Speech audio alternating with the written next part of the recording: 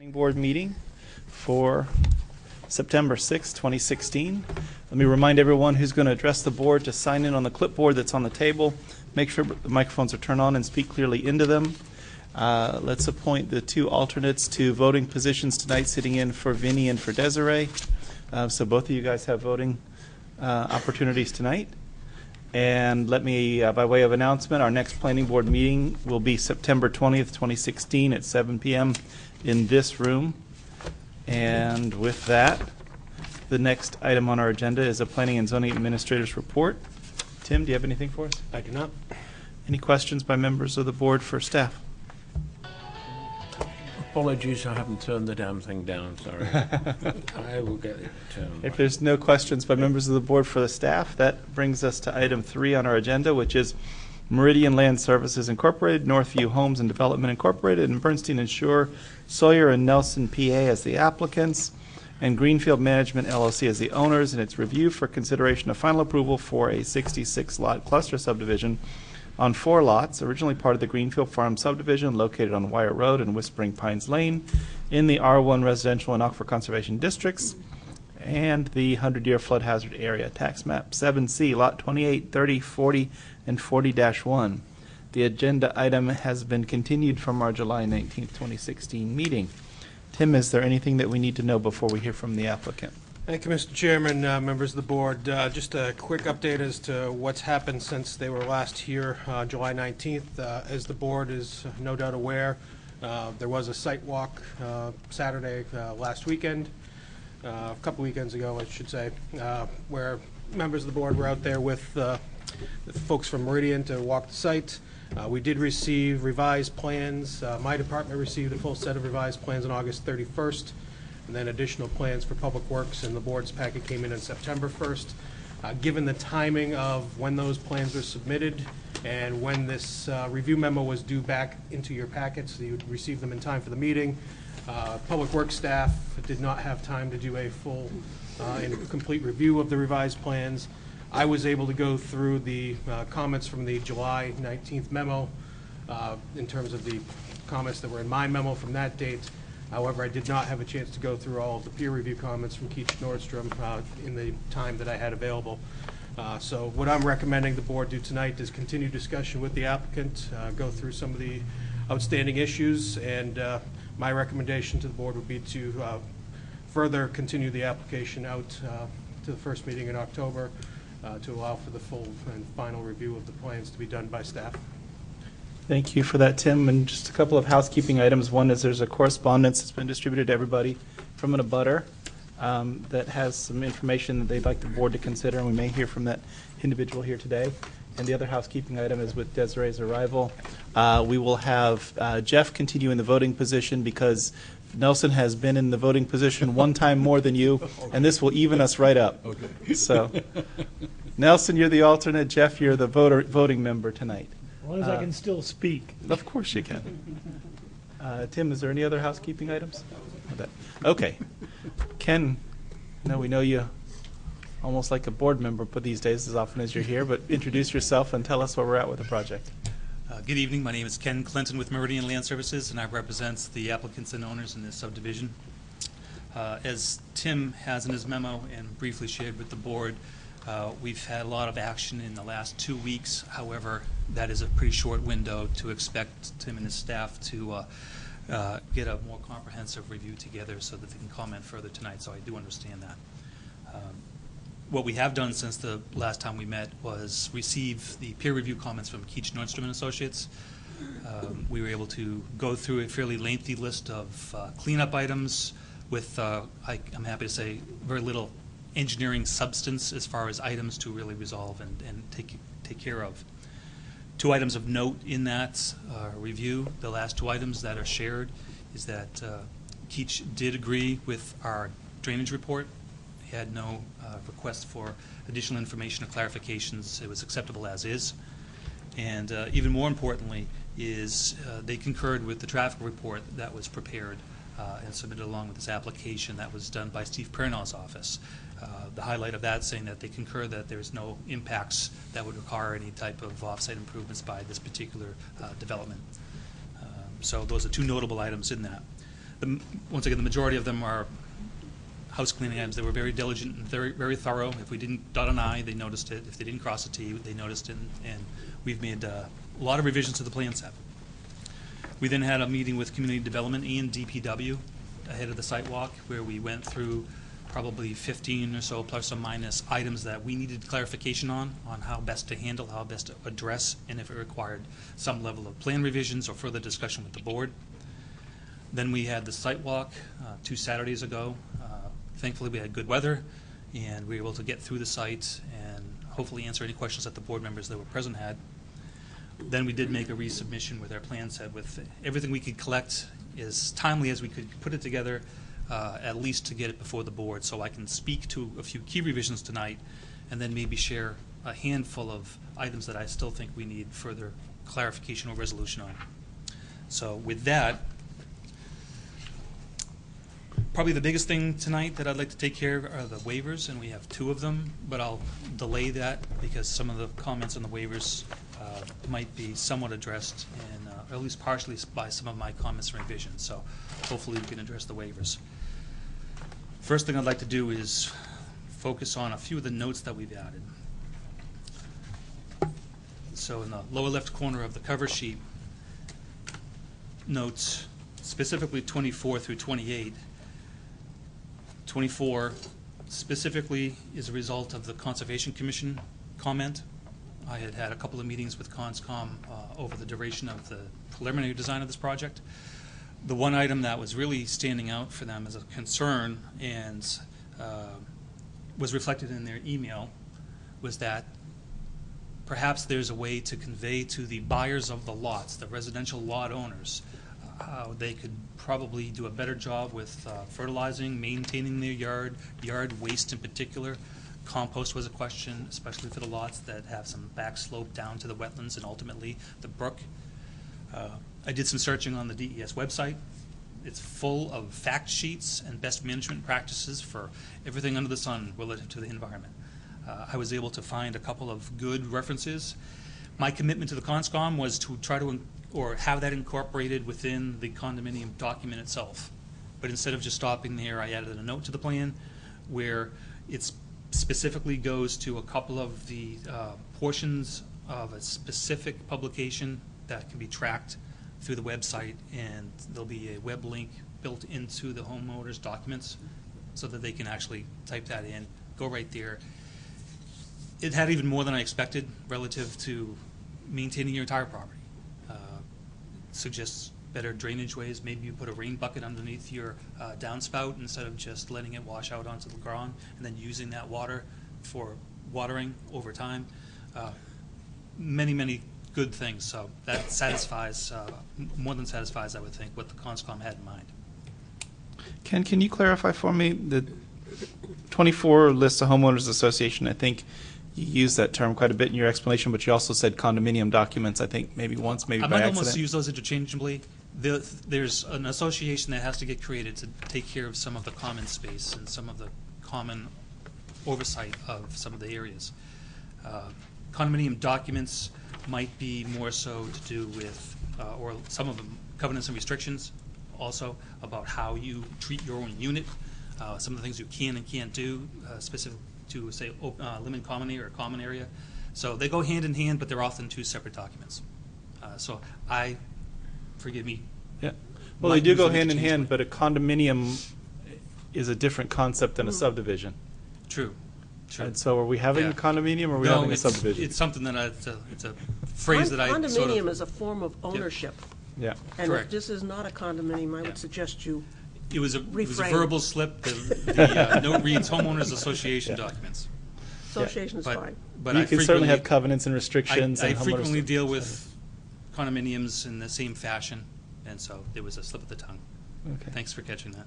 But there will be a homeowners association. Yeah, It's, I know that in some of the past subdivisions that we've seen, the common area is deeded off to some It- other entity, and then there's It not a homeowners. Can be, and we spoke about the 3 different levels of open space that we have here, and it can be sold off.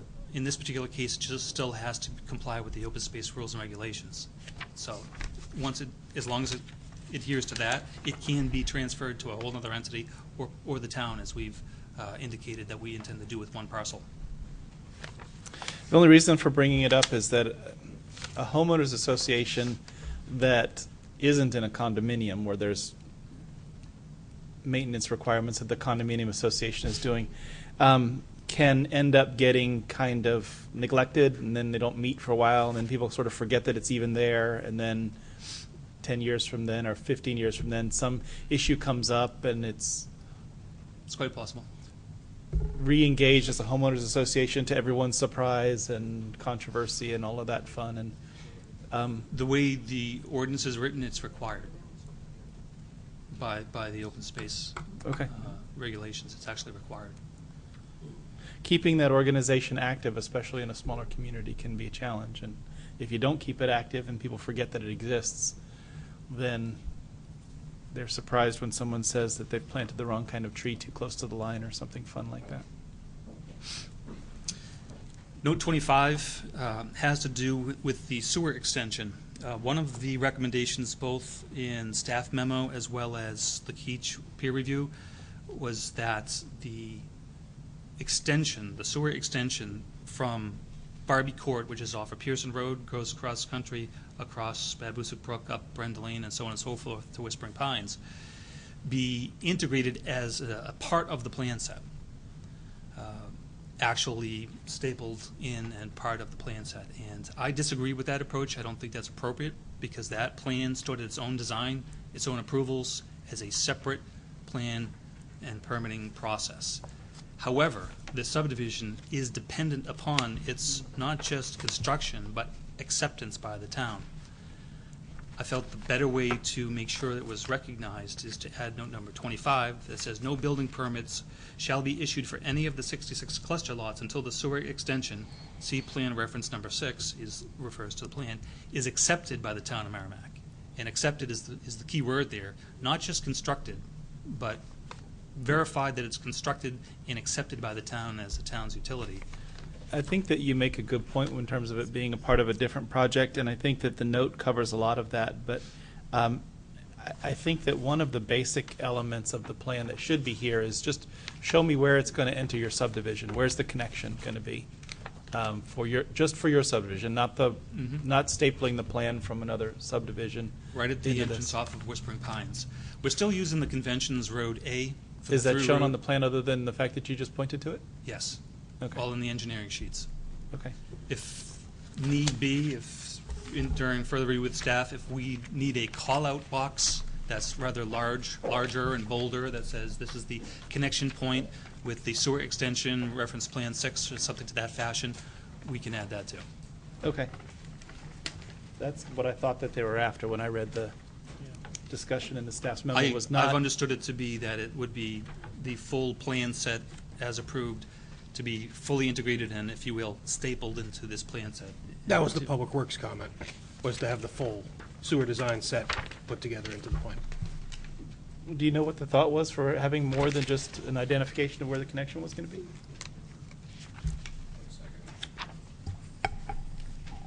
And you've got the approval required, the acceptance required.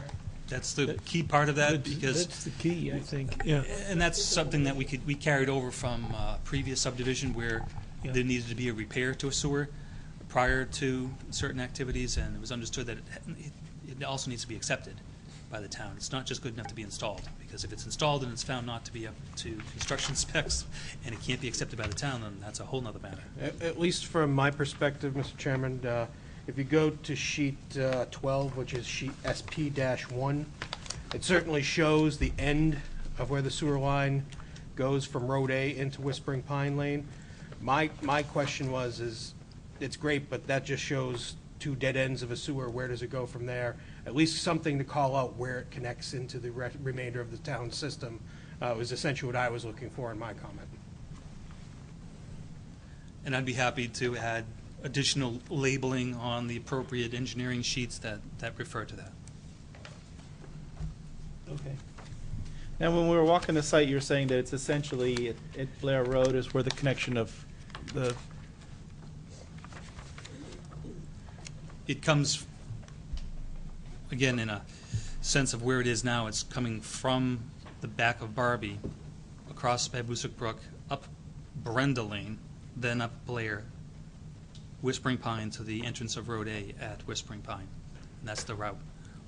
But in terms of the project that's going to get built separate from this subdivision, it's going to come up to that intersection of Blair and Whispering Pines and stop, and then your project, this project today, has got to get it the rest of the way in? Correct. That's then, And it could be handled by two completely different developers or construction site contractors, et cetera, et cetera. understood. With that explanation, show me on your plans from Whispering Pine and Blair up into your subdivision. Well, for the portion that's shown on this particular sheet, it'll come up Blair Road to the intersection of Whispering Pine. Yeah. I'm going to drag this a little bit. Coming up Whispering Pine to this sewer manhole, we have number 82, and then it's going to go into the subdivision. No, understood. I mean, in terms of what you should show on your plan set, Um, start at that Blair and Whispering Pines. If that's got to be constructed for this subdivision Yes, and it the does. other project ends right there, The that's the point that you want The to. point of ending of the extension, the sewer extension, and the Yeah. point of beginning of this subdivision is right here at the intersection of Whispering Pine Lane and Road A. Sewer manhole 82. Okay, so the other project's going to get you all the way to the beginning of Road A. Correct. Okay, then that's where you should start and pick up, which is, I guess, where it Yeah. does now. So we could Just have an label. arrow with some annotation that said, Oh, so that's end, really- end of sewer extension. Yeah, end of sewer extension, see reference plan 6, and then that's the beginning of the subdivision sewer. Now, does that cover what you think Kyle was after when he was asking for the No. whole thing to be incorporated? Kyle wants the whole thing, But what's? but I don't have a rationale. Okay, I He gotcha. was called out of our meeting for other items while we were sitting down with Ken, so I didn't get a full idea of exactly what it was he was looking for and why. And I know that he hasn't had a chance to review the note versus, as I know he said to Ken at our meeting that he'd have to consider the note, and then, and when they complete their review, we'll have better feedback from them. Okay, understood. I think without knowing more from Kyle as to what he was after, I would say what I've offered so far is show me where you're connecting with what will, at the time, be pre-existing once that extension's finished. And I'm sure that after this meeting, we'll be sitting down with Kyle to catch up on a few items, since, again, he didn't have much time for us during that last Yeah. meeting, and Dawn certainly I know was that too Dawn new. just picked up the Too copies new of with the stuff plans today. and the project in this position to really offer a lot of insight. Okay. So I'm sure we'll be handling that more directly with Kyle and have reached an agreement before I come back next. Understood. Okay. What else? Getting back to a couple of those notes, we are going to seek a small landscaping and sign easement at the entrances, particularly the Wire Road, because that's owned right up to Wire Road. A sign is proposed of some level, but that would be pursued by a separate application. We're merely going to reserve an area for Mr. Lamontagne to come up with a sign that he likes, and then come back before the town for approval on that. DPW asked for a dedication of any area where the road perhaps is less than 25 feet off the center line of the traveled way. Particularly Wire Road is a variable width right-of-way, nearly 50 feet, but slightly less in some areas and slightly more in others. To cover this, we offered a general 5-foot widening easement for future road purposes, whether it be slope drainage, what have you. And so there's a generic 5-foot dedication, and all of the dedication, except for the Swenson lot, is on open space. So there's no effect to individual lot owners if there's any dedication improvements necessary. Okay. And lastly, there's a cleanup note for 28 that was requested by both DPW and Keach. So it just has to do with responsibility for maintenance of streets while they are in private ownership. I just want to touch on a couple of those because they may have some impact on a future discussion relative to the waivers or what have you. That assumption of liability bit in 28 is probably a little stronger than the law requires of you. This is wording that has been handed down, I believe, plan to plan, and I'm not sure its origin. When you are making the space available to the public for recreational purposes, there's a statutory exemption from liability. And I think that it would still survive this note, but you're definitely fiddling with an argument that says you've assumed more liability than you have to. with that? I can't argue with that. All right. All I got to say. A few other items. There was some discussion back and forth with the board as well as with Kyle Fox in his time he was in the meeting about the stop signs and bars. He preferred not to have them unless there's a engineering warrant that proves their necessity. The board, I thought, the pulse I got last time was that the board would like to see at least the stop signs. And I'm talking about almost exclusively for the suburb, all the short cul-de-sacs, not the through road A, but all of the short cul-de-sac roads. And again, I view it from a liability standpoint. If now we're talking about legal aspects. I don't want somebody in the public driving through the end of a cul-de-sac onto Road A without stopping, and then saying, well, I didn't need to, it was not on the plan, and then have some sort of accident and come back to us. I don't think that's proper planning. I think people expect to see a stop sign at least, perhaps maybe not a stop bar, but certainly a sign for all those short cul-de-sacs. And for those reasons, I'd like to keep them in the plan set. And if DPW director and staff during construction feel like that's unnecessary and they want to waive that aspect of it as a construction modification, that's okay with me.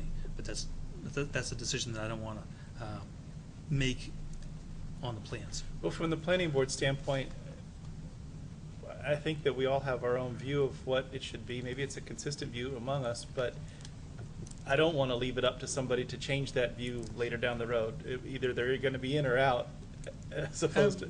There are frequently minor revisions that are made during construction through staff and departments, not substantive ones. If there was substantive, we'd have to come back before the board. As a part of that, I guess I understand the DPW or whatever the organization is that designs these criteria for the warrants for the stop signs. They're saying that if you don't really need one, then you're incurring a little bit of maintenance cost by having one there unnecessarily. And I guess the only thing that I would want to see as a substitute for a stop sign is a yield sign. Yeah. And if a yield sign requires the same maintenance as a stop sign, Then- put a stop sign. I mean, what's the point? So, at a minimum, you got to tell somebody something as far as what to do when they encounter cross traffic. I mean, Especially when you have four-way intersections here. Yeah, there's two of those. Yeah. Unless, of course, you put a roundabout there. Splendid Sorry, it's idea. flippant. It's all right. Splendid idea. Just humour me. they put the roundabouts at the end of every cul-de-sac. I understand where the board's coming So from, what but I entrance also understand where Kyle's coming from. It does not meet the warrant for stop sign and stop bar per MUTCD. I like yield signs. I think that a yield sign could be just as functional, but I think it doesn't. It doesn't meet that warrant either. It doesn't accomplish anything if your concern for having a sign is that you got to maintain something. A sign is a sign. But we should be concerned, surely, Mr. Chairman, that the sign is there to prevent somebody coming steaming down road B, C, D, E, F, or G and straight into A without looking to see what's coming. Oh yeah, that's absolutely my concern. Excuse me, they're going to do that anyway because they're idiots. I mean, people that do that kind of stuff just aren't thinking, And and they don't pay the need to attention go to up and put stop signs everywhere always strikes me as a little bizarre.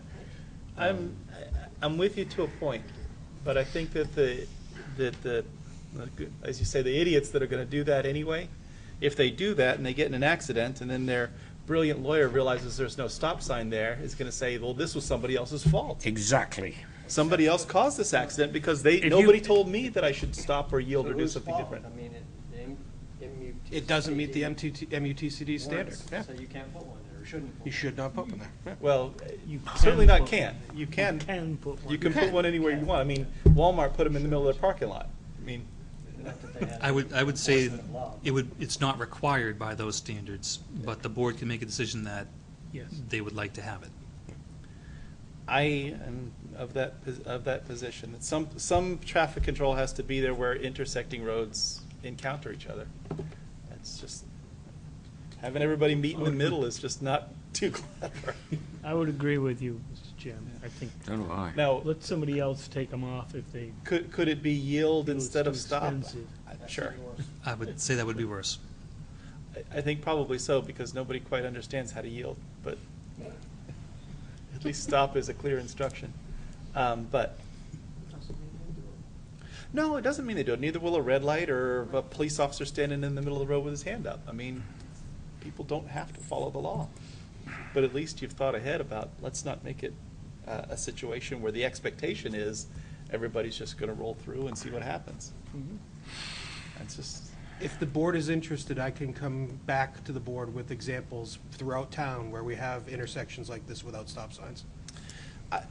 I would like to know more about those. I think Yeah, that there are. the frustration for me, because when Kyle comes and provides the recommendations from MUTCD or some of these others, and the results just defy any kind of common sense, to me it makes it difficult to rely on everything else in that book that comes forward and says, here's what you ought to do on these intersections. So I wish that it wasn't all statistics and numbers and, you know, it meets a warrant if you've got 8 cars per hour, and at some level there was some common sense. And I can probably provide you with numerous examples where there are silly stop signs in town. Tom? So just as an example, recently they installed a stop line at the end of Island Drive where it meets DW Drive. Stop sign, what did I say, light? Sorry, stop sign, where the one hadn't been for an awfully long time. And if you go back to look at the intersection, traffic accidents or tickets or whatever, there have been none. There have been near misses. There have been people that come down off of DW Highway onto DW Drive and zip right through to go to the condos at Horseshoe Pond. And there are people that come out of Island Drive and don't pay a lot of attention because they can't see past those hedges that are there in front of Mr. Murray's house. But until recently, they had no stop sign. Now, somebody complained about a near miss, and the safety board, or whatever they call them, Highway Safety Committee, decided they would take a look at it. Kyle went out there and said, well, it doesn't meet the warrants because there's not enough traffic, but from an engineering judgment perspective, there ought to be something there to calm that traffic coming down off DW Highway, or at least protect the people coming off Island Drive, and they installed a stop sign. But it didn't meet the warrants. It wasn't required. There were no accidents to say there should be something there, and it's terrible to think that you have to wait until somebody gets hurt or property damaged to make a decision like that. But I feel like we tend to go overboard with signage around here, and there are times and places where it just doesn't necessarily have to be. When I moved in on Danforth Road at Natticook, there was no stop sign. There is one now. There's only 7 or 8 houses down there. It's not like people come barreling off of that road onto Natticook, but now we have a stop sign just because somebody thinks it's a good idea, and I don't think it's necessarily warranted to maintain it. Pardon? Because somebody asks for it. And, you know, I think there's been some change in that standpoint. I've been on the Highway Safety Committee now for 5 years. We've probably in that time seen a dozen or more requests for stop sign. This one at Island Drive is the first one we've approved since I've been on the board and recommended to the council. I get all that so far. I mean, I want to see the list of some of these intersections you're talking about. I'll go around, take a look at them if you send them to us in advance. And I don't doubt that they're there. I'm sure that they're around. But it still hasn't gotten to the point of persuading me that it makes a lot of sense to do it on purpose. Whether these things exist all over the place and people have come up with reasons for them, or they've just happened by the way that development has occurred over time, doesn't mean that it makes sense to me. So that's my thought on it. Now, we did talk about this last time, and I think Ken needs to have an answer that's a little more definitive than let's see about it later. Mike? Well, I think Ken's also making the point that he feels professionally that it's not advantageous to do this, right? Is that the point that you also made, Ken? He wants to put them in.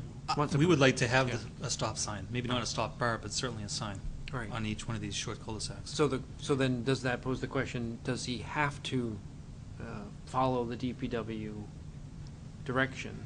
I think that the DPW direction comes into play with ultimately proposing that the streets are accepted by the town, which is going to require Kyle or Dawn or somebody to evaluate whether the streets are built to town standards. And their report on that's going to be that there's a stop sign that we feel isn't necessary or not needed. And therefore, that should be somehow considered as the town decides to accept it. Is that kind of, Tim, how that plays out? Okay. So I don't know that we'd get to the point where Ken would build a stop sign and then Kyle would say, well, take it away or we're not going to accept your road. I think that somehow somebody would intervene a little earlier and say, well, just don't bother putting them in because we don't want them. However, from a planning board standpoint, to the extent we can influence that, I think that they belong there, in my opinion. But, again, that's why we vote on things, and 4-3 will decide any issue. Anything else to? What else is your other waiver? Couple other small things. Just for consistency, although we have some desired road names, I'm keeping all of the road A, B, C, et cetera, through conditional approval because there's so many comments that are being made in staff memos, peer review that reference road A, road B, road C, what have you. I'm not going to change that because we wouldn't be able to track things. So although there's some desired names, they still have to pass muster with the fire department, and then at the last minute, I'm going to swap those out and add those house numbers as well, just to let you know. Understood. One other item that has been in both the, I think it was both the staff as well as Keach's comments, had to do with the water looping, and this is similar with the sewer extension. Water exists in Whispering Pine already. We propose to tap into it and extend it through the development. MVD said that they wanted it looped, which would then require it to close the loop down Wire Road just past Jason Drive. That closure of a loop, the comments from staff and Keach were that there be a plan created and accepted for that loop closure and then incorporated into the plan set. There wasn't a separate plan requested by MVD. We have a list of their comments and conditions. There is a requirement, absolute requirement, that it do be looped, but no plan requirement at this time. I'd imagine there's going to be some level of work plan. How formal is it as a actual plan for approval? They don't state that they need that, and so I'm just letting you know that we'll follow up with MVD. Do they truly need a full design plan, or is it something less? And whatever it is could be incorporated into the plan set, because that is specific to the subdivision, whereas the sewer extension is precedent, but not part of the actual subdivision design. So does MVD have an official process to accept the water lines once they're done, like you're talking about with the sewer extension? They have to go through their own inspections and find them adequate, but I haven't been involved in the acceptance of a water line personally. Now, their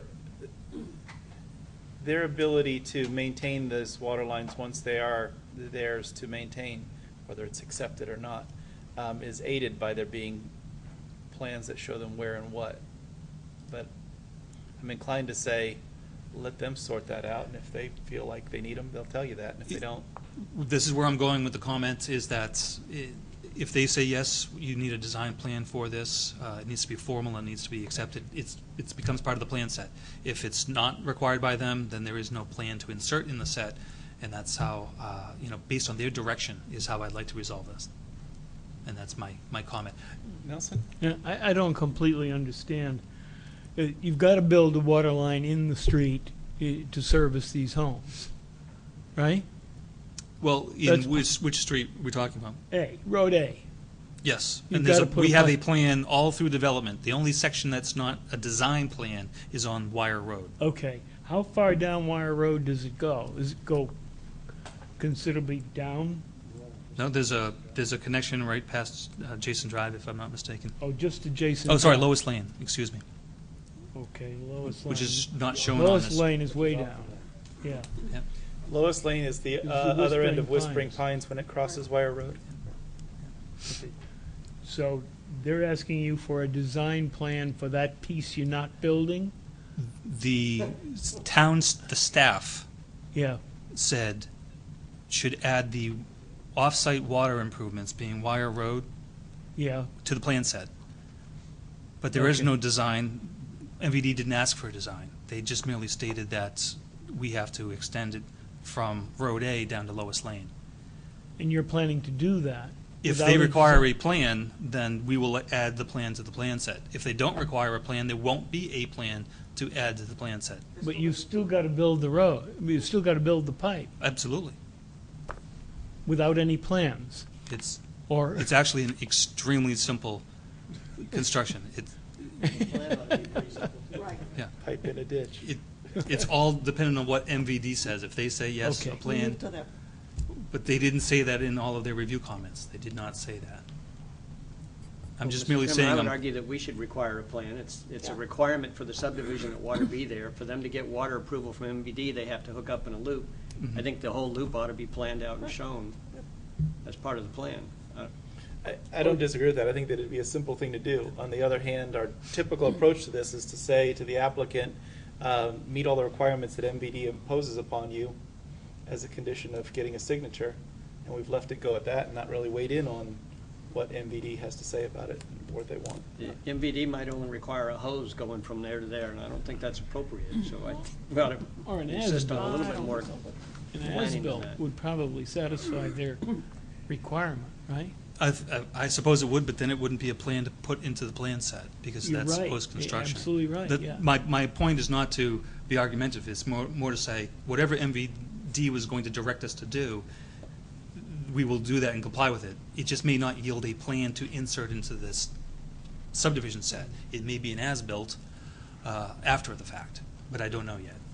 I'm merely saying that it's a comment that was left open when we resubmitted these plans. It was one of those items that I said, not yet resolved. We have to figure out what's needed. And I just wanted to share with the board where we were. That's all. Okay. In terms of there being some difference between what Keach thinks and what Kyle thinks and what MVD thinks, if we do continue tonight to a future meeting, let's have that sorted out and at least know whether the board's got to weigh in or whether you guys have worked out something that works for Mhm. everybody Yep. for next time, much like you did with the other thing that we're That- talking about. Again, this is one of those non-minor housekeeping items that I just felt I needed to touch on with the board, so you're aware that this is something that I need to work out, and it's not just simple dotting of an I or a crossing of a T. If you wouldn't mind, Ken, if it's okay with you, Mr. Chairman, could you quickly talk about the conventional lot, the 7C28 remaining, and the issue with the municipal boundary that we came up with? Yes, in again, creating this lot line adjustment, which reduces lot 7C28, which is the largest parcel, to a very small parcel to be retained by the Swensons. It was recognized that some of the farm houses, infrastructure improvements, what have you, somewhat crisscrossed the town line with Bedford. And as such, some of the previous subdivision work in Bedford, from a lot sizing or use or setback, et cetera, type of a standpoint, relied upon some land in Merrimack. And there's actually a statute that covers uses that cross state lines. It's almost like the perfect scenario of what this law seems to address. I had no notes on this lot, on this sheet, that reflected any of that. That was caught by Tim and/or Steve Keach. So we've added a note that calls out that specific RSA, which is 674:53, land affected by municipal boundaries. And what the gist of it is if the Swensons were to try to add some more improvements to that property, they may find that what they'd like to do is precluded by zoning because it already has uses that it's dedicated to. And if they'd like to put up another house, say, well, it may turn out that needs zoning action, and it's not just allowed by right, based on their use on both sides of the town line. I didn't delve into every section of this law, so I can't say that I know it personally. I just know that it seems to apply. It certainly seemed to apply by Tim's dealings and Steve's comment. So we worded this note that would put people on notice that that particular lot, if some proposed improvements are considered, you may need some sort of zoning relief. Put them on notice. If I may just follow up briefly on that, I raised a few comments regarding this in my July memo because of the encroachments between the two lots. Keach Nordstrom, in their review, didn't specifically point it out in their review memo, but Steve and I did have a conversation where because his firm was the peer reviewer for the town of Bedford, he was aware that one of the previous plans showed inclusions, those Zs on the plan to show that something is part of the same lot. This Swenson lot had the Zs at the town line to indicate that that was all one parcel for purposes of zoning. So my concern was when I saw this lot being proposed in the way it was proposed, it was that in order for this to be utilized as a single-family developable lot, there would need to be zoning relief potentially from both towns in order for that to happen because of that statute with the boundary. But if they decide to leave it as part of the farm lot, then we're all set. Okay, I understand. So the note on the plan is a It's just, precaution to put people on notice that this is the circumstance and beware.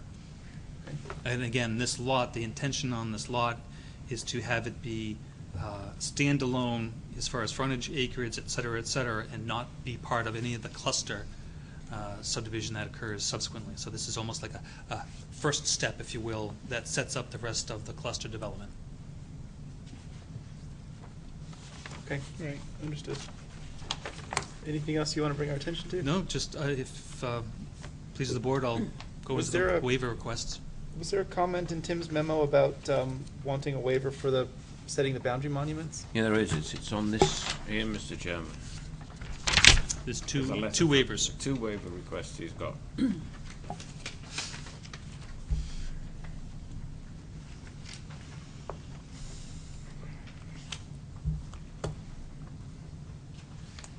you want to go into those now, or you want to? Yes, I would if it pleases the board. Yeah, please. The first waiver we've touched on probably twice in meetings, if I'm not mistaken. It has to do with the approach grade at intersections where we have all of our short cul-de-sacs. Generally, there's a negative 2% slope away from the main road, Road A. We were seeking 1.5% to allow us to have a better transition into those roads. And because of the cover of the sewer, if we go down at a steeper percent, 2%, we'll have to recover longer through the curve and then end up with more fill as well on a subdivision. So this was an attempt, because of the short length of the cul-de-sac and the limited number of homes on it, that we felt it was very reasonable, because quite frankly, we're trying to hold about 1.5% on the main road anyways, or all the roads, as opposed to 2%. So 2% would actually be not noticeably or perceptibly steep, but it would be far steeper than we need to on this particular property. This comment didn't receive any feedback, positive or negative, that I'm aware of through DPW, nor Keach in their review. Is that correct, Tim, to your knowledge? It is because the waiver request wasn't received until the most recent revisions. There was no specific waiver request with the July submission, so they didn't have anything to provide comment to at that time. Really? So the waiver request that you have is calling out one particular station at 8750. Is that the only place, or are you looking for those at each one of your cul-de-sacs? I understood it was in more locations than that. I didn't happen to write this brief paragraph. It was one of the engineers that did that. If it turns out to be it's only in that one location, then that's even easier. Where's 8750? Yeah, I'm going to go down to a few of the sheets.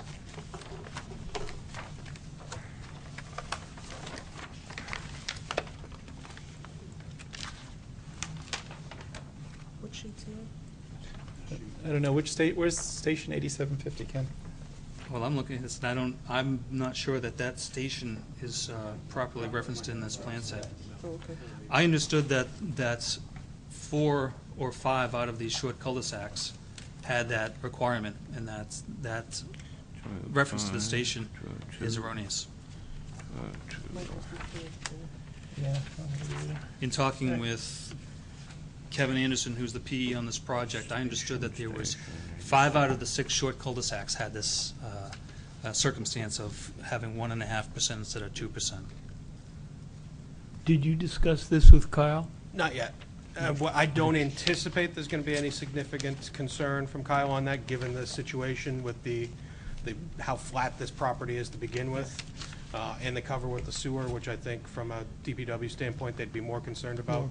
But I certainly think that the letter would need to be updated so we have it in the proper number of locations and the proper stationing as well. Yeah. So And we're ready we, for a as waiver. in part of our preliminary design, we've had at least 2 conversations with him on this already, and didn't have any negative feedback towards it given the circumstances. So what I suggest, I could reword this to give the specific locations. For instance, The stations on each road are done in a different manner, but none of them conform with 8750, so that's an erroneous station. So, since Kyle has not commented on this officially, what I would propose to do is just rephrase that so it accurately reflects the locations on the property, and then give him a chance to comment on it. I think, I don't remember if we discussed this last time. It seems did. familiar to me. We and did. my Yeah, we response did. is probably, I don't see any strong objections to it, but I would defer to whatever Kyle's thoughts are. Yeah, If he's got some. As a matter of fact, the last discussion we had with the board, we were going to see if peer review had any comment, and they don't have any comment. So I'm fine with rewording this to accurately reflect the locations, give Kyle an opportunity to review it formally, and then he can weigh in and we can discuss it in a meeting, follow-up meeting, and then come back before the board with it. So I'm fine with that. It sounds like a good approach, but altogether, I think that it's a reasonable request. So the second request for waivers is the Monuments. monumentation. Yep, and I note that it's partial. Obviously, in a subdivision, all new roads, all new lot lines have monument requirements from the town. This is specific to, say, the open space frontages on either Wire Road or Pearson Lane. And the reason being is, obviously, if I start in the northwest corner where the proposed lot 7C28 is, that's a residential lot. All of that will be formally monumented. But as we go along the rest of the frontage of Wire Road, there may or may not be monuments, say, at the end of this stone wall here, right opposite of Willow Bridge Road, or that segment that's 126.6 feet south of that stone wall, end of stone wall. Then we have a couple of curves. There's numerous monuments that may or may not need to be set or could be set along Wire Road that is along the open space frontage, which then might be subject to widening in the future of 5 feet, which is the dedication that we're proposing. I'm suggesting that it's reasonable to waive the requirement of installing monuments along the existing Wire Road and Pearson Road frontages, given the circumstances of the open space and the right-of-way themselves. Not where any new road, new right-of-way or lot lines created, merely the frontages of the two open space lots on Wire Road and likewise on Pearson Road up here. And so that's why I phrased it as a partial waiver. Yep. I think that I could support your request as long as we're putting monuments wherever a property line diverges from following the roadway. Correct. And that's why the way I phrased that was, but specifically not along the frontages of the open space lots on Wire Road and Pearson Road, that wherever a new line or right-of-way might intersect those existing roads. For instance, we have Road A bumping into Wire Road. Obviously, we will monument properly as Road A intersects Wire Road. Now, the corner of the lot, like on the southwest portion by Jason Drive, there's going to be a monument at that corner of the lot. If there isn't one already, then yes, we would place one there. Okay. Yeah, that's what I meant, was sort of wherever it's going to depart from the road. I don't see any reason not to support that request. I don't know if other folks have a different view, but What about that little lot that's cut out next to the brook there? Does that have This monumentation? one? Substantially so. We've tied into that and found some of them, but I don't know that we found all of them. Might be a good idea to do that. So that's a separate parcel in the middle of that Yeah. lot there, yeah. yeah. So, Clint, Ken, your understanding is that some of those monuments are there and you guys have used them for reference points, but you're not sure Yeah. whether all of them are there? I don't believe we looked for every corner. We found several of them on that parcel, but we didn't necessarily need to find all of them. It was a predefined lot, and with no boundary issues or concerns that we could see, so we didn't necessarily look at every corner of that lot. So essentially, the lot's certainly got four corners, and along the brook, do you do anything other than monument the turns? There's several or- jogs, and if I recall properly, there are like iron pins at some of those angle points, or, if I'm not mistaken, some remains of a fence.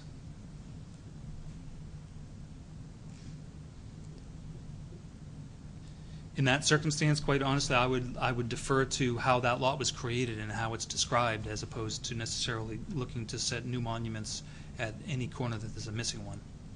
For instance, if it calls for a fence post, I'm not going to set a more permanent corner that already is a fence post, even if the fence post is in poor condition, because that's the called for monument. So I would not look to set a new monument at that corner. Makes sense. I get that part. The requirement is, though, that they be along the road, right? That's what you're, The regulatory requirement is for all angle points along the property lines, including roads and all other lot lines. but not, they can be iron pins, though, as he said. Except for the ones that are along the roads. On the which are- road, they're required to be bounds. Yes. Yes, yeah. And you don't know if there's bounds there now or not. On this Along the particular road. lot, some corners are monumented. I think it's mostly pins. However, I believe that some of that portion of that lot line is, the call is along a wire fence, if I'm not mistaken. As it intersects Wire Road?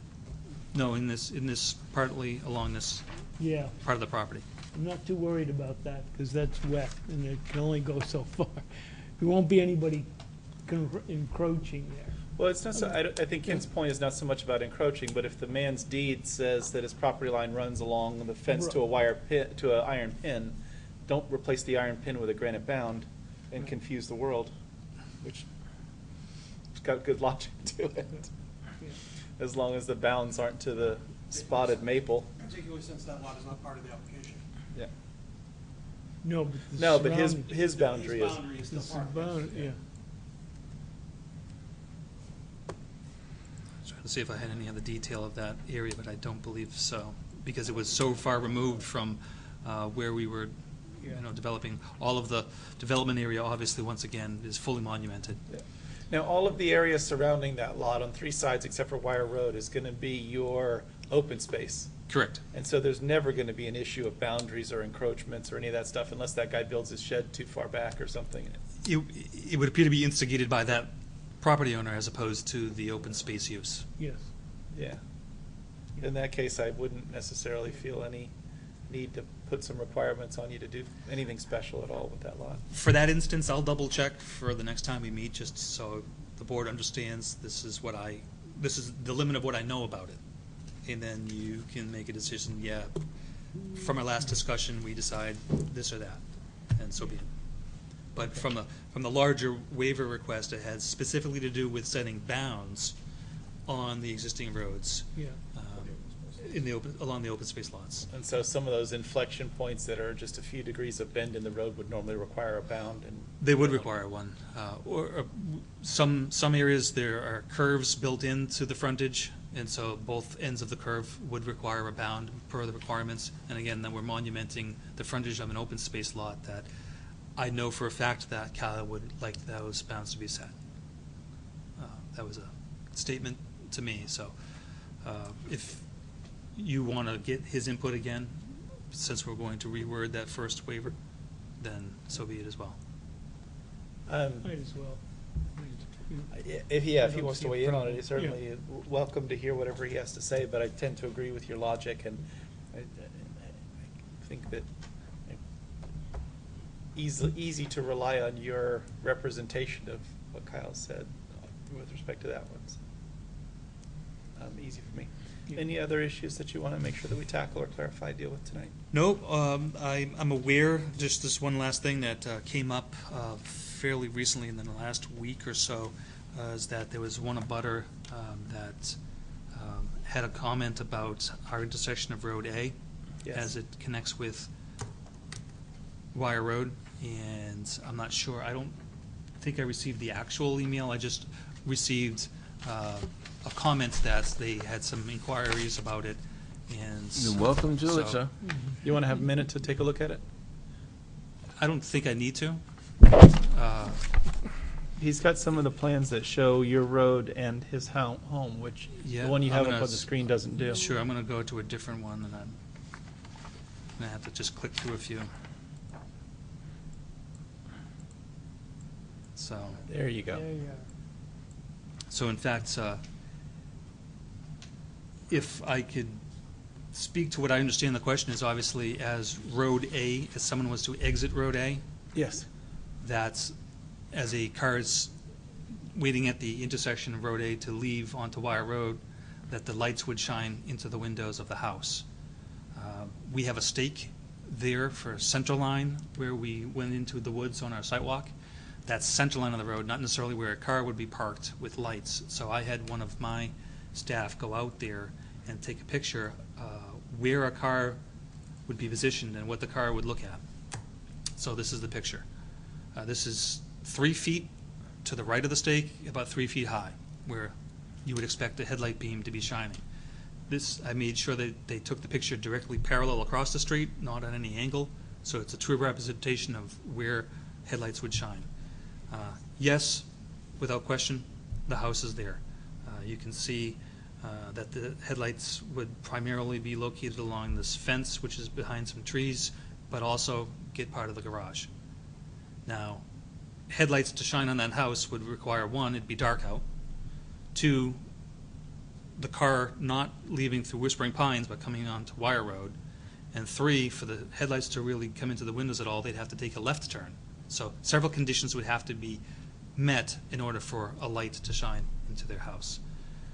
The position of this road has been long-standing. It's there because of a lot of design considerations, sight distance, being able to split the property in such a fashion that the cul-de-sacs all come off at reasonable locations, trying to condense the development into a corner. There's a myriad of design aspects that went into why and how this location got there.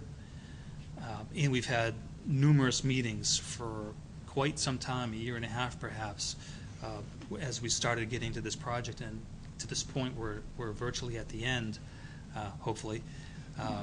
But while I understand the question and the concern, I don't think it rises substantially as a major issue, because I don't think, from what I've evaluated, it isn't a major issue. Yes, it's change, and yes, it's something that's nearly across the street from the house, but given my understanding of the inquiry and the actual circumstances, my first comment was maybe we can offer a few shrubs across the street to help alleviate that. Well, I don't even think there's a placement that any shrubs would really substantially help, because I don't think that the conditions that have to be met, one on top of each other, that would create a concern would be alleviated by 1 or 2 shrubs carefully placed. Perhaps they may. I'm happy to have that conversation with them if they like, but again, this just came up mid last week perhaps, or so. So I would that's also add, Ken, that unless the person or the car, if you like, the headlights in your picture there, unless they're on main beam, they ain't going to get to the house anyway. I mean, I'm not saying there was some reflection from dip beam would get there, Yeah. but I mean, to actually shine on the windows, you'd really have to be on a main beam, which you should never be when you're coming to the junction. But I don't know. But I think your shrubs, particularly if you offer him some nice shrubs, might solve the problem. it's the location of them that I'm unsure of. So since this just came up, obviously, we took a look at it because I think knew so. it would obviously need to be addressed tonight to some degree. So I'm happy to have a conversation with them and see if there's something that we can do to Make it help easier. alleviate it. But from a intersection standpoint and where it is and how it got to be there and the duration of how long it's been on the plans, perhaps you can say it's a bit unfortunate that this didn't come up sooner. However, I'm not sure that it would substantially have changed our approach as far as where the road was going to go.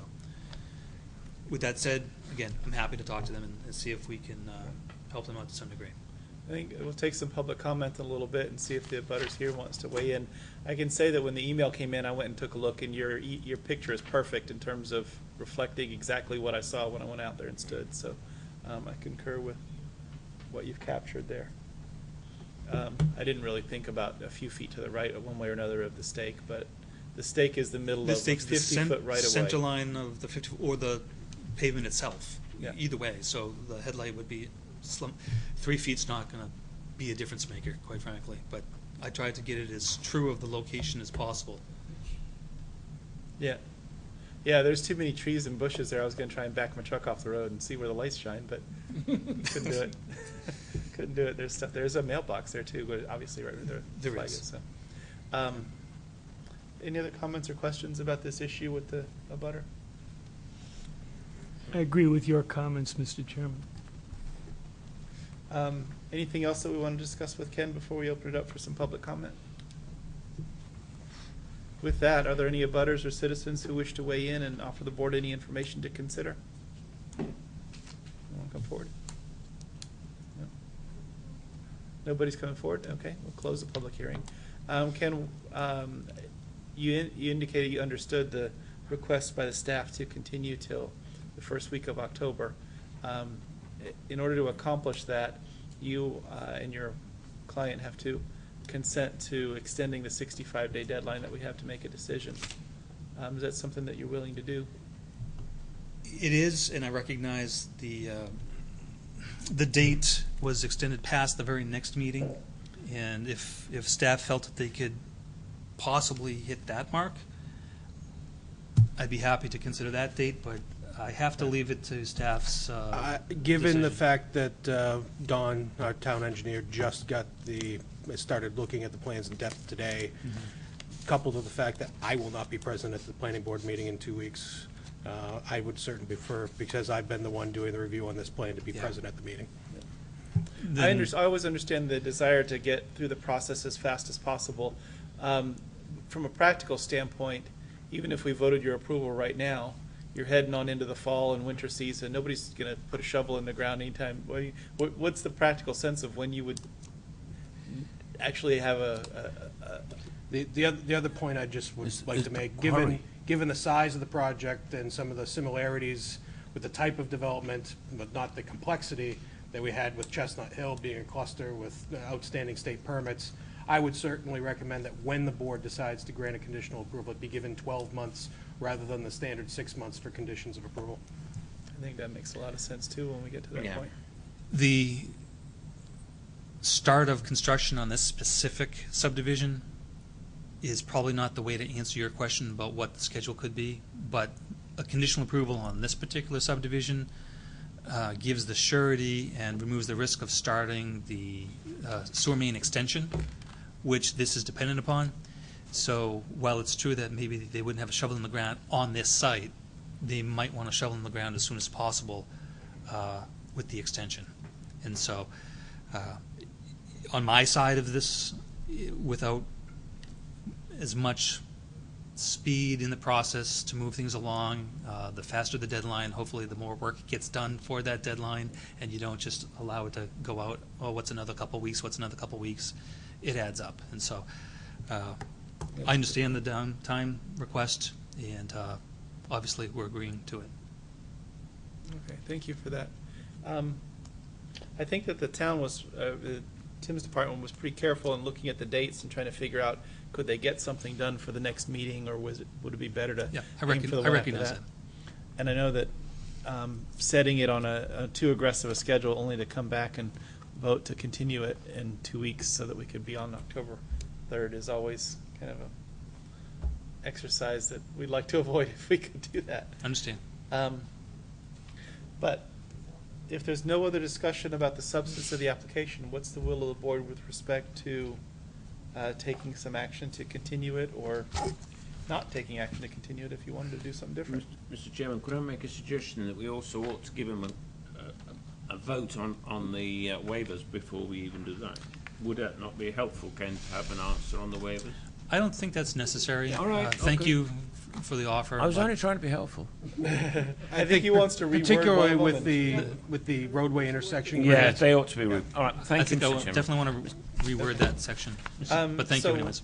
But I do want to make sure that you get a copy of the correspondence from the abutter with respect to the Road A intersection, so that you've got can that have my information. I'll get it We've got it emailed. all Thank you. now for the board members, so it's part of Yeah. the record for us. With that, is the board willing to make a motion with respect to? Mr. Chairman, I make a motion we kindly accept the offer of the applicant to waive the 65-day deadline, and postpone the final decision on this matter till at the meeting on October the 3rd at 7:30 p.m. in this room. Oh, it's October the 4th. I beg your pardon. I thought it was the 3rd. Oh, till October the 4th at 7:30 p.m. in this room with no further notice to abutters. 7 p.m. Give it up. All right, so we've got a motion to continue this item till October the 5th at 7 p.m. in this Fourth. room. 4th? 5th? 4th. 4th. 10-4. Anybody else want to make a shot at this? 10:04, 7 p.m. 7 p.m. At this, yeah. Is there a second for I'll Alistair's second. motion that I've stumbled over? He's Sure you know stumbled. what you're seconding? Yes. Okay. Any discussion? October 4th, 7 p.m., this room. Any further With discussion? no further notice to abutters. Correct? Yes. All in favor, say aye. Aye. Any opposed? Any abstaining? 7-0-0. I wasn't on the board. Thank you very much. Thank you, Ken. Thank you Here for you the are, Ken, when you're presentation. ready. It's sitting there for you. Take this up. Okay.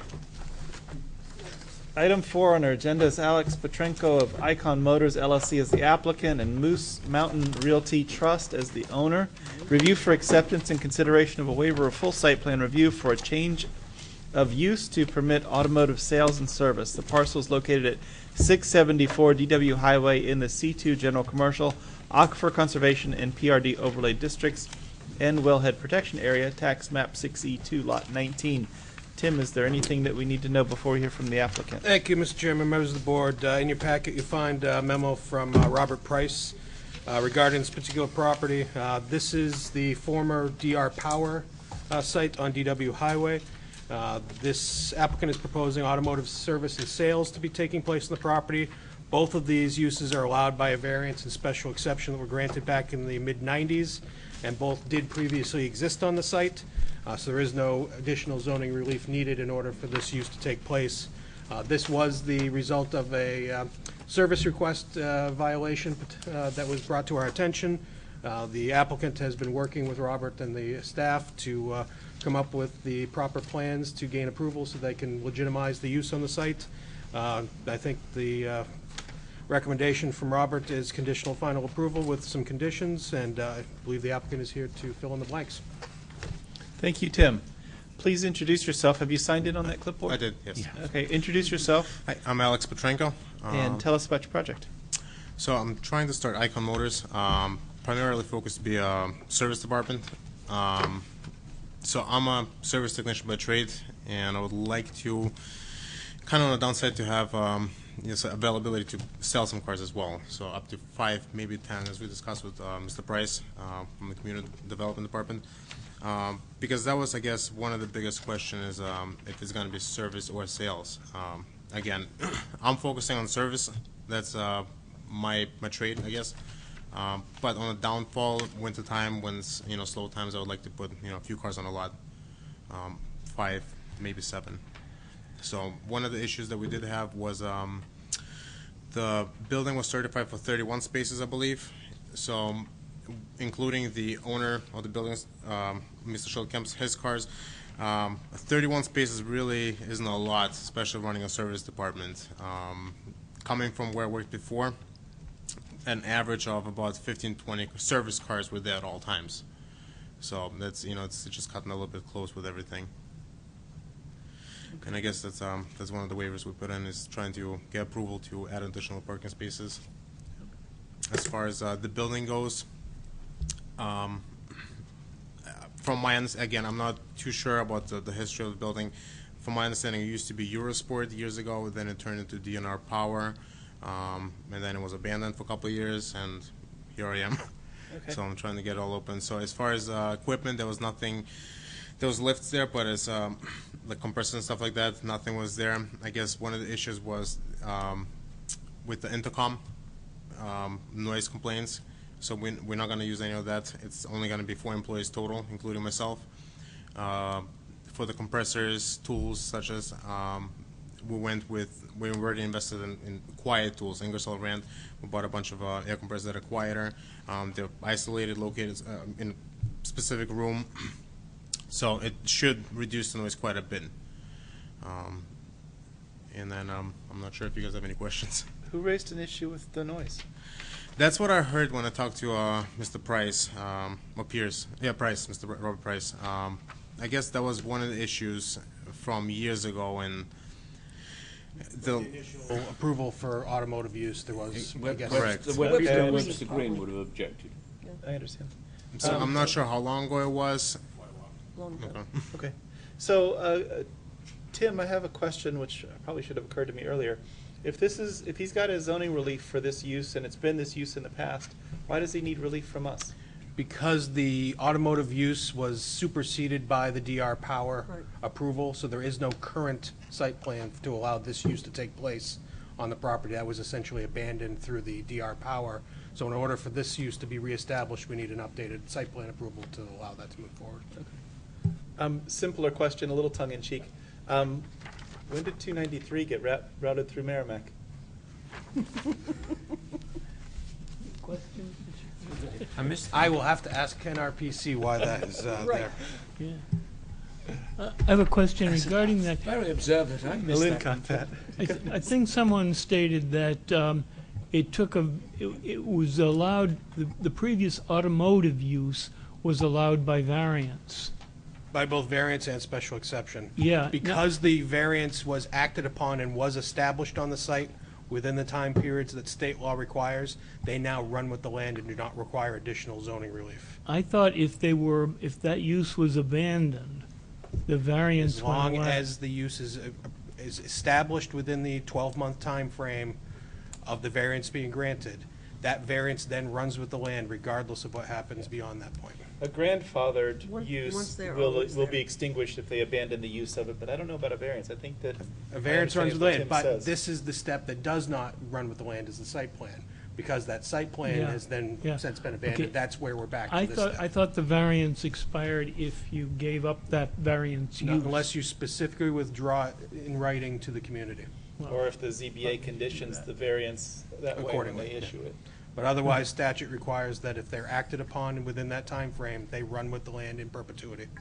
Once they're always there. Once they're good. Thank you. Okay. One of the things that we usually discuss, and I think that it's probably been addressed here in the past, when we have buildings that are used for automotive maintenance, the concern that oil or other solvents will run into floor drains and end up in the sewer is an issue that comes up. Does your building have any floor drains in it now? It does. It does? Is there a system or mechanism in the floor drains to separate oil and water or keep oil from getting into the floor drains or any of There's those some things? sort of system set up right now. As far as the building, there's one drain, and it's in the corner of the building where I believe it used to be a recon department for detailing. It's more for washing cars and whatnot. Where the lifts are set up, there is no drain per se. At least not that I could see. There's nothing there. Then the building department would require those to be in compliance with today's building codes as he goes through the process. Okay. When we've seen similar situations in the past, we've asked an applicant to supply the department with the maintenance protocol that you're going to use to make sure that you maintain whatever that oil-water separator system is. Because if you don't maintain it, eventually the oil separation gets overwhelmed and the oil bypasses it. If we impose that kind of condition on you, is that something that you can accommodate and supply them with that kind of information? Whatever it is that the building department requires of you in terms of having that floor drain system would be appropriate. It's just going to require some kind of maintenance that says, yearly or every X period of time, you're going to empty it or clean it or do whatever it is that it needs to have done to it. Okay. That, in terms of the proposed use that you had, that's the only particular issue that jumped into my mind, was worrying about that, making sure that's, I don't know if other people have other thoughts or concerns Do you with want it. to make a motion to accept the application first, Mr. Chairman? If there's no other discussion about that. I had a question I can ask after the motion. Okay. Jeff, did you have a hand up? Or- I do too.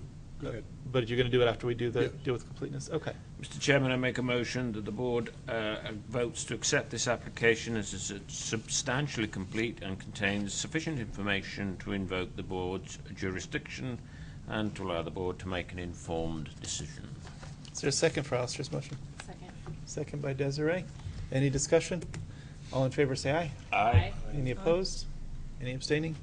700 to determine the application's complete. All right, Mike, how about your questions? Just a question regarding oil storage.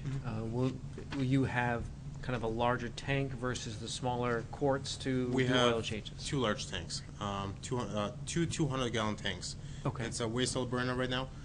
So as far as 2 weeks from now, we actually get a brand new one put in there, waste oil burner, more efficient, burns faster, cleaner. Great. So as far as the waste oil goes, it's getting burned up. Coolant, we have coolant tanks as well for waste coolant. That's being picked up by Clean Harbor. We have an account with them as well. Okay. It's, again, a routinely scheduled that we're going to set up for them to come once a month or twice a month, however fast it fills up. As far as storage, I mean, there's plenty of storage. Again, I didn't really see anything that would cause a concern. We tried getting the fire department involved. So I've been talking to the assistant fire chief and the fire marshal as well. So they're in the loop of everything. I stop by there every 2 weeks, talk to them. And basically, between the community development department and the fire department, they kind of guided me in the right direction where to start off. I mean, I'm new to this. It's first I'm a little nervous as far as what to do. And I think we're off in a good start. So I was supposed to do that first and then kind of work my way up with building codes and everything else. So will you have a supply of new oil that you're putting into the cars in tanks, or are that oil? No, that's going to be in quarts. It's Quarts just- and bottles. Mhm. Okay. Perfect. And then the fire department's giving you what information you need to know in terms of how to store the oil or use the oil in your oil burner. Correct. I mean, they're familiar with the system that was there previously. All we did is just updating it to newer equipment, new tanks, new Okay. burner, and everything else. Will you have a storage of other hazardous chemicals, flammables, any of those kinds of things? Paints, solvents, brake cleaner? Brake cleaner, Yeah. possibly, but even that's non-chlorinated, which is real friendly to the environment. I guess dries up quick. Probably more friendly than chlorinated, but brake cleaner isn't particularly No. environmentally friendly. at all. Especially not for us cleaning it. and handling it, but- Other aerosol products? I mean, there is, for brake jobs. I mean, you have disc brake clean, which is a sticky solution, PB blaster, WD-40, stuff like that. And, all that's on shelvings right now, just sitting there on shelves Okay. at this point. Um, As far as storage, I guess there's a parts room. There's going to be a service department, and there's a parts room in between, and there's a showroom floor. So Okay. it is safely stored. Not somebody can go over and knock it over. It's in a parts room.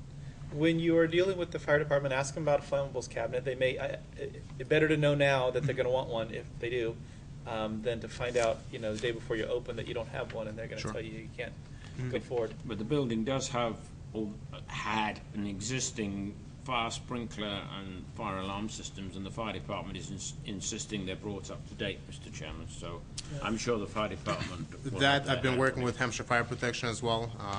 They're already replaced a bunch of valves. We're just waiting on kind of the approval now and to get everything done. So the last test is just once they get the approval, they're going to come in and just test everything, replace a couple sprinkler heads if necessary, and that's about it. As far as the valves, all that has been replaced due to damage over the winter that got frozen up. So the front part of the building is actually more of a showroom than repairs, Correct. right? Are you going to have cars inside the building? Yes, Okay. I would like to. How many cars would fit in there? I mean, you On- could on comfortably display, fit so they're 3, not- so you can walk around and have plenty of room for desks and for customers to sit down. I mean, 3, just about 3 probably, Okay. max. I saw in some of the information that you had that maybe RVs and OHRVs and that sort of thing were going to be part of the plan as well. I would like to. I'm not sure, how soon. I mean, maybe years from now. Again, it all depends. As far as licensing with the state, I did apply for a motorcycle license as well to do motorcycle and automotive state inspections. So, hopefully in the future, I would like to do something with motorcycles as well. I mean, it's not really in my finances right now to do like a whole line of motorcycles, and maybe 2 or 3 motorcycle stops, possibly a 4-wheeler. Okay. A concern that we've had with other garages or other repair shop uses is making sure that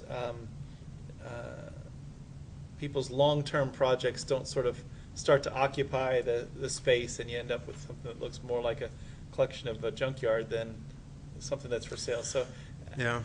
if we had a restriction that said that you're only dealing with cars that are, currently being repaired for customers and they're not stored long-term, or they're not, disabled motor vehicles aren't allowed on the site for more than a certain period of time, that's all something that you could manage. It wouldn't be a problem. for you. Absolutely. Yeah. I don't know what specifics we would put with that, Tim. I think that we did that with body shops more than with auto repairs, but I think it's worth thinking. We can add a note to that regard. Okay. Does anybody else have comments or questions? Mike? Were you also going to do detailing and car washing? No. No, okay. Jeff had a question. Jeff? Yeah. Did you mention storage for antifreeze, used antifreeze? Correct. You do have a storage for that? I too? do, yeah. Okay. I have a couple questions to the effect of your just the data you put in for the administrative approval. Just so you're going to have 4 employees on site. Do you have any intentions in the future of having 6, or because when you put this on here, obviously it affects your parking too, but you have to come before us if you get 5 employees. So if you it's Better to ask now than have to Right. come Yeah. back when you get a little bigger. I can't answer this right now. I don't know how it's gonna go. Again, I'm new to this. I would like the business to grow eventually. Considering the size of the building, I think 4 employees is really just about what you would need for the size of the building. Okay. So Actually, in this case, because the parking is not based on employees, the number of employees is not as huge a concern from a parking standpoint as it would be for other uses. as far as employees, there may be 5 employees in the future, maybe for admin Yeah. or office. Yeah. Well, the 4 that you're thinking about having are all service technicians? No. So I would like to have somebody in the showroom at all times, for parts and whatnot. 2 in service, and then 1 for admin, doing paperwork and whatnot. Okay. And one other question to that on your hours here, you just have Monday through Friday on there, so you have no intentions of having it open ever without coming forward to us again for Saturday, if you're doing a part day on I Saturday. believe I did put for Saturday. 'Cause No, you've got from Monday to Friday, 8 to 5. unless it's in a separate spot in the document. Okay. I would like to add a Saturday. It probably won't happen this year. More likely next year once I'm all set up and up and running. And that's half days. Do it now. As long as the board is comfortable with that, there's no need to actually make a condition on that, but he'd update your note to say whatever it is you're actually looking for. Okay. I apologize for that. And I think also, however, it should be reflected in there, what your comment was, that their parking isn't really driven by number of employees, so that the number of employees isn't terribly critical to our approval, is worth noting as well, so he doesn't have to necessarily feel pressure about that. Is it something we can do where it's just in the document that they come and they'd see community development to make sure? Administrative that- approval if they need it. Yeah. Well, these notes that are in the separate page here, there it says, below our typical notes we see in an that was in Robert's email to Alex saying, these are the notes we typically see on administrative approval. These are the notes that need to be transferred to the plan itself. Okay. Mike, did you have a question? Yeah, just confirming that there's no outdoor repairs planned. No. Okay, thank you. Other comments or questions? Tim? The only thing I would add is regarding the waiver of full site plan review. There is also the requirement for sidewalk, but the board could consider that as part of the waiver of full site plan if you so choose. Just wanted to note that this section of DW is in the state's jurisdiction, so this is in that area where they do not want to see sidewalks without our plan. Understood. Let's deal with the waiver of full site plan review. What's the will of the board with respect to that request? Mr. Chairman, I make a motion that we grant the waiver of full site plan review on that strict conformity would propose an unnecessary hardship to the applicant, and the waiver is not contrary to the spirit and intent of the regulation. Does that include the sidewalk as part of And that? that includes, because it's doing that, we don't want to look at the sidewalk either. That the sidewalk's not necessary as part of that review. Okay, is there a second for Alistair's motion? Jeff seconds the motion. Any discussion? All in favor say aye. Aye. Any opposed? Any abstaining? 700 to waive full site plan review. Were there other waiver requests, Tim? Tom? So I'm curious, I realize this used to be an auto sales and service place before, but when DR Power was coming in, there was a lot of discussion, as I recall, about not having any repairs on site or oil or stored chemicals and things of that nature, and a lot of concern about the parking lot alongside that ditch or stream or whatever's on the side. Are there things in place to restrict or to limit runoff from your parking lot if you had a car parked out there that was leaking oil or something like that? There's a lip about a half-foot high going along the whole side of the property. Okay. Right to the ditch. And And then in the is front, there- where it's actually a huge drop, there's cement blocks there in each individual parking space. But is there something to stop water from going through there, or some water collection back There in is, that yeah. corner? Stops. Well, curb stops, but where does the water go when it hits the curb stop? There is a there physical drain, curb stop there there. as well, closed drainage of the parking lot. closed drainage that has some kind of filtering or something as far as oil and gas separation, or Couldn't tell you.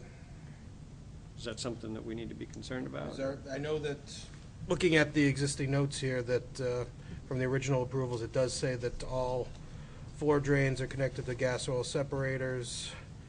I can't read that Stuff, sorry. I get what you're saying, Tom. I don't know that we've ever required that of somebody to their outdoor parking to have oil and water separators. The only thing that's sort of kind of close to that on the outdoor ones is those PSNH power plants with the transformers and the oil, had the oil water separators. I thought we had a big discussion previously because of that stream or whatever, and water washing off to the backside or something, and a lot of concern about that and where that was going to collect and what was going to happen. And I think, I'm not sure, I don't understand where you're talking about putting extra parking spaces, so The extra parking spaces are actually on existing pavement, they just have never been striped. So on this plan, it's the handwritten numbered ones, 1 Correct. through 15 along the right? You upper got it. right? along that creek or Yes, or along ditch that, or whatever. along the northerly side, the northerly property line. Because I guess we had a lot of concern about putting cars along that area, and that may be why it never got striped. I don't, just to avoid concentrating vehicles there that might leak oil and gas and stuff like that, and get into that stream.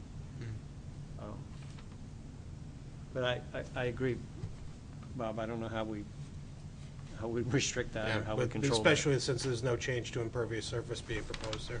As far as that corner itself, that's the corner I would like. The idea was to, if you look on the site plan, on the left-hand side, to have the drop-offs for customer cars that need to be worked on, and then have that corner kind of, just nice and neat for customer cars as they're done for pickup. So it's easy for them to kind of see it off the road, pulling in. Yeah, I guess my biggest concern is that's kind of a hidden section from the road, and so it would be the place you would put all of your cars that are going to be parked for a period of time Well, or mid-repair or something Now like that the landscape is done, it's actually a lot easier to see, kind of past the building coming from Merrimack versus going towards Merrimack. There was some bushes and stuff up front that got cut down and trimmed down, quite a bit. So it's a lot easier to see the building in wide view now. Which is how the enforcement action started.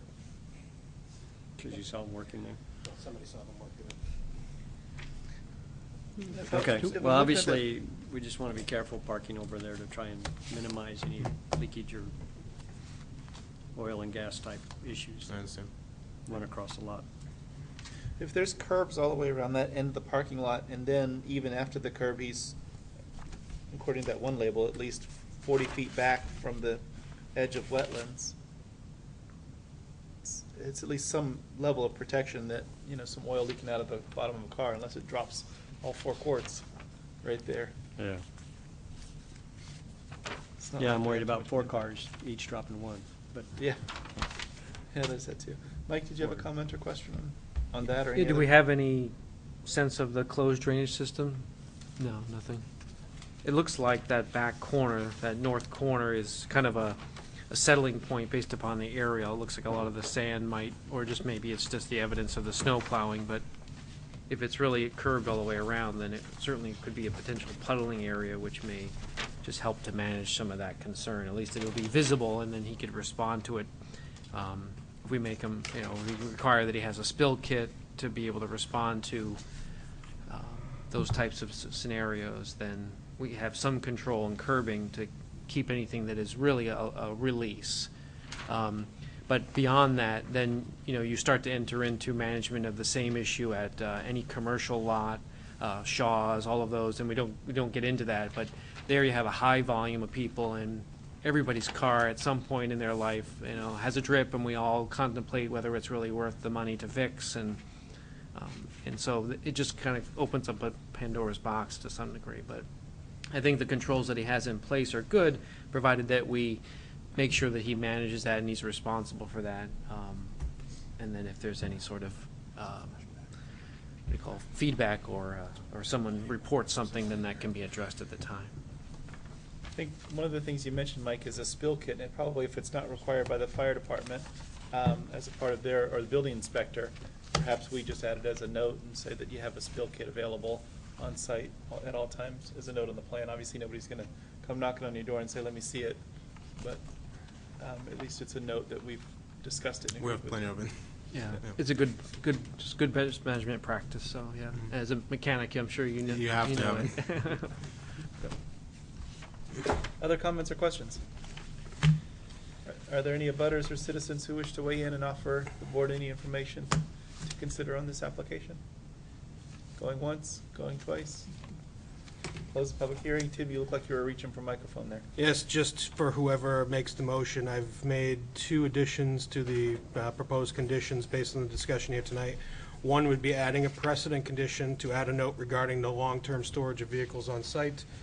And the second would be to add a general and subsequent condition that periodic maintenance plan for the oil water separators for the floor drains be done in accordance with the building code requirements.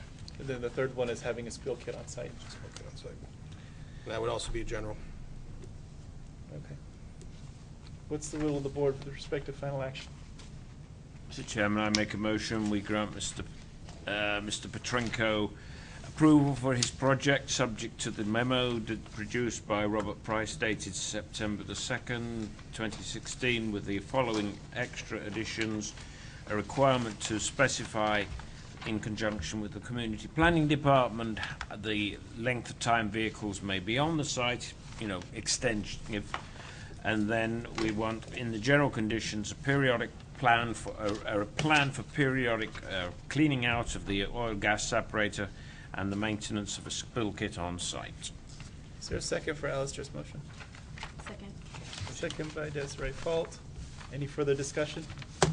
Seeing none, all in favor of the motion, say aye. Aye. Any opposed? Any abstaining? 7-0-0. Welcome to Merrimack. You're approved. Thank you. Welcome. Tim will get a memo to you probably in the next day or two that explains all of the conditions that you have to meet for this conditional approval to become a final approval. Robert will work with you step by step. And if you have any questions, they'll work with you. Awesome. Thank you for Thank coming you in so and much. explain it. Have a good evening. You too. Item number 5 on our agenda is discussion and possible action regarding other items of concern. Does anyone have any other items of concern they wish to discuss? Just a quick heads up that as of midday, I've got a draft 2017 meeting schedule that I'll be putting in your packets for the next meeting for you to take a look at and discuss so that we can start establishing the 2017 calendar. Excellent. The only other item I'd add to that is that Tim's memos to all of the town's departments about their CIPs has gone out since our last meeting, and we may start to see some of those come in at some point. Any other? Nelson? I have one thing. Following our approval and forwarding of the proposed zoning amendment regarding the ADUs, it occurred to me that what we've done really is given up any public hearing regarding ADUs that is something we've always had in the past. In other words, when a person was establishing an ADU under the old regulations, there was a hearing on the subject. And frequently, as in home occupations, we'd go through a list, and even though they had met all the conditions, there was still a public hearing held. And it concerned me that what we're now with the new ADU rules, we don't have any public hearing at all. A person can come in and administratively establish an ADU without any notice to the neighbors in the neighborhood. And I just thought that that might not be such a good idea. And I wanted to get the board's thoughts on that, but I didn't want to start a discussion via email on the subject. So I sent everybody a message of my thoughts, and I just wondered if we wanted to have any further discussion of that idea. Open the floor. Desiree? If you, I suppose it doesn't hurt to listen to it, but if it's totally, if it's allowed by right, it doesn't really make sense. I mean, they're going to voice their concern / complain about it, and then nothing will be able to happen. So it won't, I don't think it would be very helpful. Well, I'm also a little sensitive to that as well, because if you invite the public to say, we're going to have a public hearing about Bob's ADU, and the public comes in and says, don't let him build it, it's terrible, it's too close, it's too big, it's too this, it's too that, it's too other thing. You're setting an expectation. The expectation is that we're going to take that into consideration and do something with that, and to sort of say, you know, And thanks for your we can't. information, they're allowed to do it, so Bye-bye. here's my 7 votes, and you move on.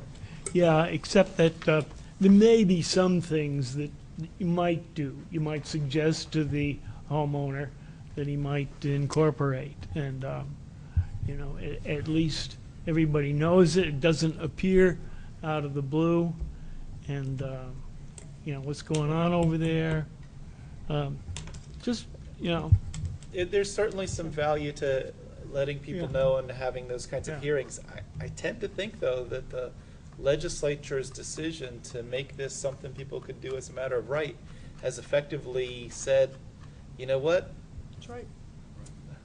have at it. Yep. It isn't a That's concern what they that do. the neighbor thinks. It's like building a shed now. Yeah, it's exactly like Well, building a shed. Yep.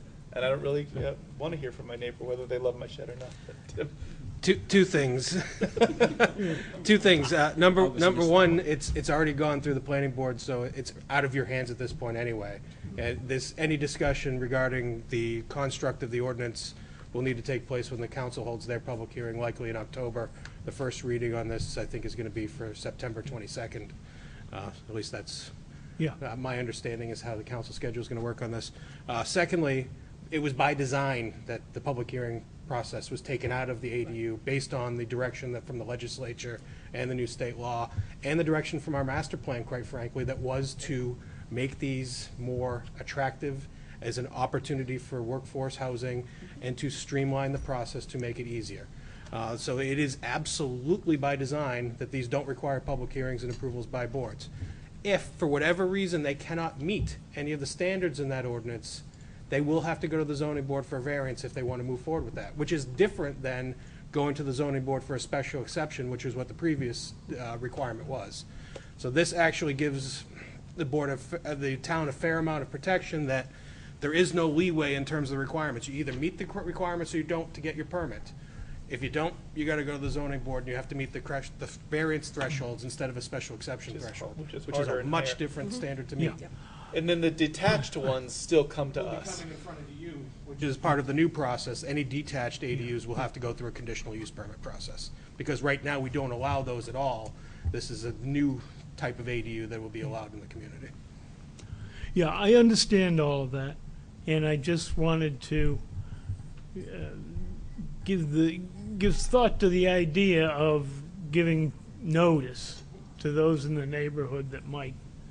Ultimately, if these are done in accordance with the requirements of the regulations, you shouldn't know that they're doing them. They should look like a regular addition to somebody's house that they would be able to do with a building permit anyway, because you should not be able to distinguish this house from a single-family home once the ADU is completed. I almost see it in terms of, if I want to do a living room expansion or something on the back of my house that's not an ADU, I go and get a building permit, and my neighbor's notice is the sound of hammers. And that's the way the law is written, and that's the expectation. At some point, if there was something to consider or discuss or to have a debate about, then you'd have a hearing. But if there isn't one, I almost feel like we're setting ourselves up to get beat up by the public a little bit, because they're going to say, those planning board guys, they didn't listen to me at all. Nelson, Look at one. can you think of a scenario that, you said that might, is there a scenario that's rolling around in your head that really is what would be designed to help alleviate any sort of tensions or frustrations by the butter? Only if, let me say, what could, the scenario is imaginary, okay? Microphone. Yeah, the scenario's imaginary, and it was just the thought that maybe there's something the homeowner would do to accommodate the neighbors. If there was a driveway in the neighbor's front yard or something, I can't think of something right offhand, but just that it might make it more compatible with the neighborhood, or at least give the people in the neighborhood the foreknowledge that this was going on. And I think that was one of the reasons why we were careful with how we worded the criteria and the standards for these, to ensure that it's not distinguishable from a single-family home. You can't put a second driveway on one of these without getting a variance, because that would then show you that you are distinguishing this from a typical residential lot. Because if you only have one family living in the home, you're not likely going to have two driveways unless you have sufficient frontage to support that. So the standards were written in such a fashion that ultimately, when people see the construction out there, it should be no different than any other residential building addition that would be happening otherwise.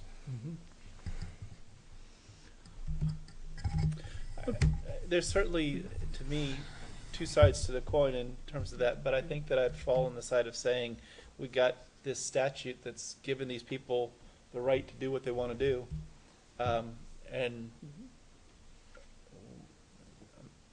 no matter how I would vote if I was a member of the legislature, I'll accept it for what it is and say that they've decided that as a matter of right you can do this. Putting the applicant through the time and expense and coming down here and having the neighbors suggest that they ought to, Put in extra bushes or. yeah, Yeah. deal with all of that stuff, and then the applicant feeling like, well, if they don't, then they got to sit here in front of us and we're going to lean on them, and I don't know. I appreciate the discussion. I just wanted to have a discussion of it. I didn't. All right. Does anybody else have any more they want to add on that one? Does anybody else have any more to add on that one? Is there any other items of discussion that anybody wants to bring up or have? With that, Got minutes. my memory was that there was some announcement of an educational opportunity through NRPC or, I'm not sure who may be interested in this. We got a notice from the NRPC about planning for pipeline construction type of thing. I've got 4,000 of those emails over the last month. Well, and I was initially discounting them because I thought it was designed to be for folks that just want to have anything against pipelines. But the more recent email from NRPC seems to indicate that it's a much more balanced presentation and proposal about where the jurisdiction starts and stops from planning boards and all of that. There's some written materials that were described in that email, and I've sent back a response saying I can't come to your meeting, but I'd love to have the stuff. So I'll let you know if we get those. But that's out there. Do you guys, when the NRPC just announces trainings, do you guys all get them, or only if Tim forwards them, or? You can get on. I don't know. You can get on NRPC's mailing list. If you're on the mailing list, you're going to get them. I think I'm on 3 different mailing lists from NRPC. So I get them, and I know Nelson does. And if you guys are getting them, then I won't bother trying to remind you of the things No, that I you don't get it. get from them. But if you Please want us to. remind, I don't get it. So. Okay. I did get them, and I am going to that particular session. It's only about an hour and a half. And Yeah, it's not very long. It's just Yeah. they put it at noon or 12:30 Is or it something. noon time? Yeah, Yeah. typical. So, yeah. With that, I have no other items of concern. So we have the minutes of August 16th, and then on something else, I saw the minutes for our site walk as well. Which you've got a couple of errors in, Mr. Chairman, in Okay. advance, I'll tell you that. Let's deal with the minutes of August 16 first. Okay. What's the will of the board? I'll move the approve as printed. Motion to approve August 16 as printed. Is there a second? Second by Mr. Redding. Any other discussion? All in favor say aye. Aye. Any opposed? Any abstaining? One abstaining, Mr. Milnes. I wasn't here, so. Abstaining. And then the approval of the minutes of the site walk, which I noticed in one of the publications listed it as occurring in 2017. It's probably not. No, 2716. I got the date right. The two No, things. no, not there, on the agenda or one of the items that I we had. appear to have spelt Desiree's first name wrong, for which I humbly apologise. And I also got confused whether I was in Merrimack or Hollis, and I wrote it as Whispering Ponds because it's Whispering Pines in Merrimack. It's Whispering Ponds in Hollis. I'm sorry. I've never heard of ponds whispering. What do they whisper about? Yeah. Was that a motion, by the way, Alistair, with those changes? I make a motion we approve my minutes subject to the following changes. Yes. I'll second. There's a motion to approve and a second for that motion. All in favor, say aye. Aye. Any opposed? Any abstaining? Councilor Koenig abstaining. Here it is on Robert's cheat sheet thing, it's 2017. Oh. All right, so that deals with the minutes. That brings us to item 7, which is to adjourn. Is there a motion? Mr. Chairman, I make a motion that we adjourn. Second for Alistair's motion? Second by Councilor Koenig. All in favor, say aye. Aye. Any opposed? Any abstaining? 700 to adjourn. Thank you very much, everyone. Don't forget to turn your microphone off.